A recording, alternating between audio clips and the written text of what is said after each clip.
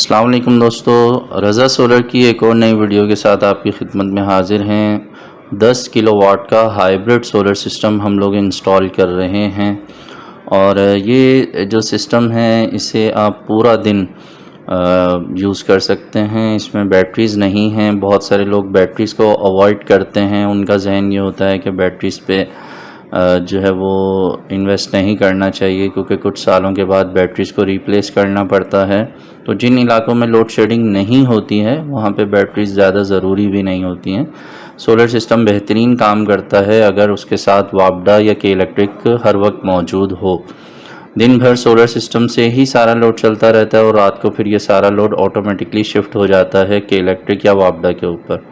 यहाँ पर हमने 585 वाट के 20 सोलर पैनल इंस्टॉल किए हैं और एक सोलर पैनल 20,000 रुपये का इस वक्त मार्केट में चल रहा है। तो ये 4 लाख रुपए के सोलर पैनल्स हैं और ये 4 मंजिला बिल्डिंग है जिस पे हम ये सिस्टम इंस्टॉल कर रहे हैं। यानी यहाँ पे 4 फैमिलीज़ हैं जिन्हें ये सोलर सिस्टम किफ़ायत करेगा।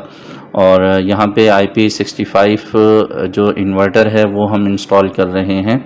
2 इन्वर्टर हैं 5-5 किलोवाट के और अब इसमें नए मॉडल आ चुके हैं जो कि 6-6 किलोवाट के हैं और ये 5 साल की वारंटी में आते हैं इन्वर्टर। और एक जो इन्वर्टर है उसकी जो इस वक्त कीमत है 2,75,000 रुपये है। तो यहाँ हमने 2 इन्वर्टर इस्तेमाल किए हैं जो 5.5 लाख रुपए के बनते हैं। अच्छा, ये बात जहन में रखिएगा कि ये हाइब्रिड इन्वर्टर्स हैं, तो इसमें अगर लोड शेडिंग स्टार्ट हो जाए तो आप इसमें बैटरीज़ लगाकर बैटरीज़ के ज़रिए भी इससे बैकअप हासिल कर सकते हैं। यहाँ पर एक बात बहुत अहम है, वो भी मैं आपको बताता जाऊँ कि हम लोग चूँकि ये सिस्टम कराची में इंस्टॉल कर रहे हैं और यहाँ पे सिंगल फेज़ इन्वर्टर पे जो के इलेक्ट्रिक है वो नेट मीटरिंग की सहूलत नहीं देती है। तो ये दोनों इन्वर्टर सिंगल फेज़ पर डिज़ाइन है, तो इस पर नेट मीटरिंग के इलेक्ट्रिक अलाउ नहीं करती है। अगर आपको नेट मीटरिंग के लिए सिस्टम इंस्टॉल करवाना है तो उसके लिए ज़रूरी ये है कि आपके जो इन्वर्टर हैं वो 3 फेज़ पर डिज़ाइन हो। ऑन ग्रिड जितने भी इन्वर्टर आते हैं वो सब 3 फेज़ पर डिज़ाइन होते हैं। अच्छा, ये जो छत है जहाँ पर हम सोलर पैनल्स लगा रहे हैं कुछ ऊंचा नीचा है। यहाँ पर एक कमरा बना हुआ था जो काफ़ी ऊंचा था और बाकी का छत काफ़ी नीचा था। तो सोलर पैनल का जो फ्रेम वर्क है उसकी एक तरफ से जो हाइट है वो तकरीबन 18 फीट तक ऊपर गई है और इसके दरमियान में हमने एक वॉकवे बना दिया है ताकि सफाई के मामलात आसान रहें। यहाँ पानी की एक पुरानी टैंकी भी है, आपको दिखाई दे रही है, जो कि तोड़ दी गई है ताकि सोलर पैनल्स पर जो सूरज की रोशनी है वो पूरा दिन अच्छे से आ सके। और इस फ्रेम में जो पोल खड़े किए गए हैं वो जो यूज़र हैं उनकी पसंद के मुताबिक गैल्वेनाइज्ड पोल हैं और गैल्वेनाइज्ड पोल की कीमत चूँकि ज़्यादा होती है। बाकी ये गार्डर का फ्रेमवर्क है पोल के अलावा, इसमें MS का गार्डर इस्तेमाल किया गया है और इस फ्रेम की जो टोटल कॉस्ट आई है वो 3,54,000 रुपये है। इसकी हाइट काफ़ी ज़्यादा है और इसमें एक्स्ट्रा सपोर्ट्स भी काफ़ी ज़्यादा लगाई गई हैं। इसके अलावा इसमें वॉकवे भी बनाया गया है, इसमें गैल्वेनाइज्ड पोल इस्तेमाल किए गए हैं। तो ये सारी वो वजूहात हैं जिनके बिना पर आपको जो फ्रेमवर्क की कॉस्ट है वो ज़्यादा नज़र आ रही है। हर यूज़र जो है वो अपनी पसंद के हिसाब से फ्रेमवर्क करवाता है, तो कहीं पे कॉस्ट ज़्यादा आती है, कहीं पे कम भी आती है। और आने वाली वीडियोस में आपको पाइप के फ्रेमवर्क भी दिखेंगे जो कि काफ़ी सस्ते हैं। बहुत सारी वीडियोस हैं, इंशाल्लाह मैं कोशिश करूँगा अल्लाह के करम से मैं आपको अपडेट करता रहूँ और डिफरेंट जो हमारे प्रोजेक्ट्स हैं उनकी काफ़ी सारी वीडियोस जमा हैं वो आपके साथ में शेयर करता जाऊँगा। यहाँ पर हमने चूँकि 4 मंजिला घर है तो यहाँ काफ़ी सारी वायरिंग का काम हुआ है और सोलर की वायरिंग के साथ साथ इलेक्ट्रिकल वायरिंग के डिस्ट्रीब्यूशन के मामलात भी देखे गए हैं। तो यहाँ जो टोटल वायरिंग का जो सामान आया था वो 1,26,700 रुपये का है।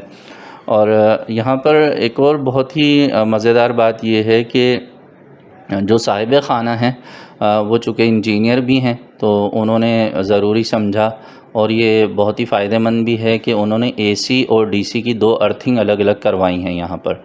तो AC और DC की जो अर्थिंग की कॉस्ट आई है वो 80,000 रुपये है, जिसमें इसका सारा मटेरियल वगैरह और इसकी लेबर भी शामिल है। और बारिशों के दिनों में इस तरह की चीज़ें बहुत फ़ायदेमंद होती हैं। बाज़ औक़ात घरों की मुख्तलिफ़ जो अप्लाइंसेस हैं उनके अंदर भी करंट आ जाता है, तो बॉडी अर्थिंग करवाने में ये फ़ायदा रहता है कि घर की जो सेफ्टी है वो उसमें काफ़ी इजाफ़ा हो जाता है। जैसा कि मैंने आपको बताया कि ये 10 किलोवाट का सोलर सिस्टम है और ये जो है वो 4 पोर्शंस हैं जिनमें इस्तेमाल हो रहा है। तो इस पर 4 अदद AC आप चला सकते हैं और वीडियो में आप जो घर की मुख्तलिफ़ अप्लाइंसेस हैं उनको चलता हुआ देख भी रहे हैं। अच्छा, पंखे घर के तकरीबन 20 इस पे आप चला सकते हैं। उसके अलावा वॉशिंग मशीन, वाटर पम्प, इसी तरह फ्रिज, फ्रीज़र वगैरह भी इस पे चलाए जा सकते हैं। और इसके साथ साथ अगर हम बात करते हैं लाइटों की, तो आजकल LED लाइट्स हैं, तो वो तो 50 भी आप इस पे चला लें तो इजीली चल जाती हैं। और जो हैवी लोड्स होते हैं जिसमें इस्त्री, वॉशिंग मशीन, वाटर पंप और AC शामिल हैं, एक वक्त में कोई सी भी 4 चीज़ें आप आसानी से चला सकते हैं। और इसके अलावा जो नॉर्मल रनिंग लोड होता है, रनिंग लोड में पंखे, लाइटें, फ्रिज, फ्रीज़र शामिल होता है, वो पूरा दिन आप कंटिन्यू चला सकते हैं। तो ये एक ऐसा सिस्टम है जिसमें पूरे दिन आप सोलर की मदद से लोड चलाएंगे और रात में ये ऑटोमेटिकली के इलेक्ट्रिक पे या पंजाब में वापडा पे शिफ्ट हो जाएगा। और इसमें बैटरीज़ नहीं है, बैटरी लेस है ये। और जिस जगह हमने ये सिस्टम इंस्टॉल किया वहाँ पे लोड शेडिंग भी नहीं है, तो लाइट जाती भी नहीं है। तो ऐसी जगहों पे जहाँ पे लाइट नहीं जाती है, बिजली नहीं जाती है, वहाँ पर आप बग़ैर बैटरी के भी सिस्टम इंस्टॉल करवा सकते हैं। लेकिन ज़रूरी ये है कि वहाँ पर ग्रिड हर वक्त मौजूद रहे। सोलर सिस्टम जो है वो अकेले काम नहीं करता है, उसे सेकंड सपोर्ट की ज़रूरत होती है।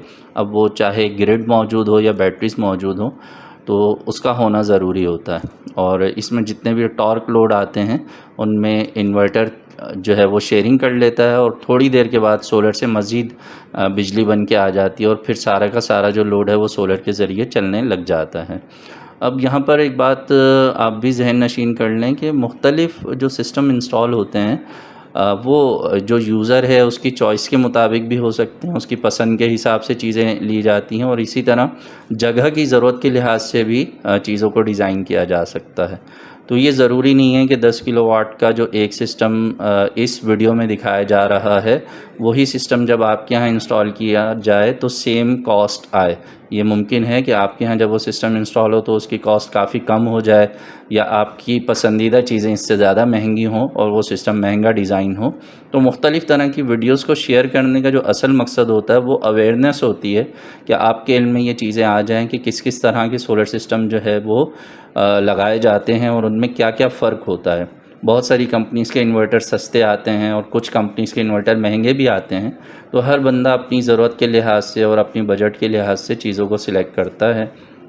बाज़ दोस्त वीडियोस के कमेंट्स में ये सवाल भी पूछते हैं कि जो सोलर सिस्टम है वो काफ़ी सस्ता हो गया है, उसके बावजूद जो कॉस्ट है वो इतनी ज़्यादा क्यों आ रही है। तो जैसा मैंने आपको दिखाया कि इस घर में जो गैल्वेनाइज्ड फ्रेमवर्क किया गया है तो उसकी वजह से यहाँ पे फ्रेमवर्क की कॉस्ट में इजाफा हो गया है। इसी तरह से IP65 इन्वर्टर लगाए गए हैं तो वो थोड़े महंगे होते हैं, IP21 इन्वर्टर सस्ते होते हैं, उसकी कॉस्ट कम आती है।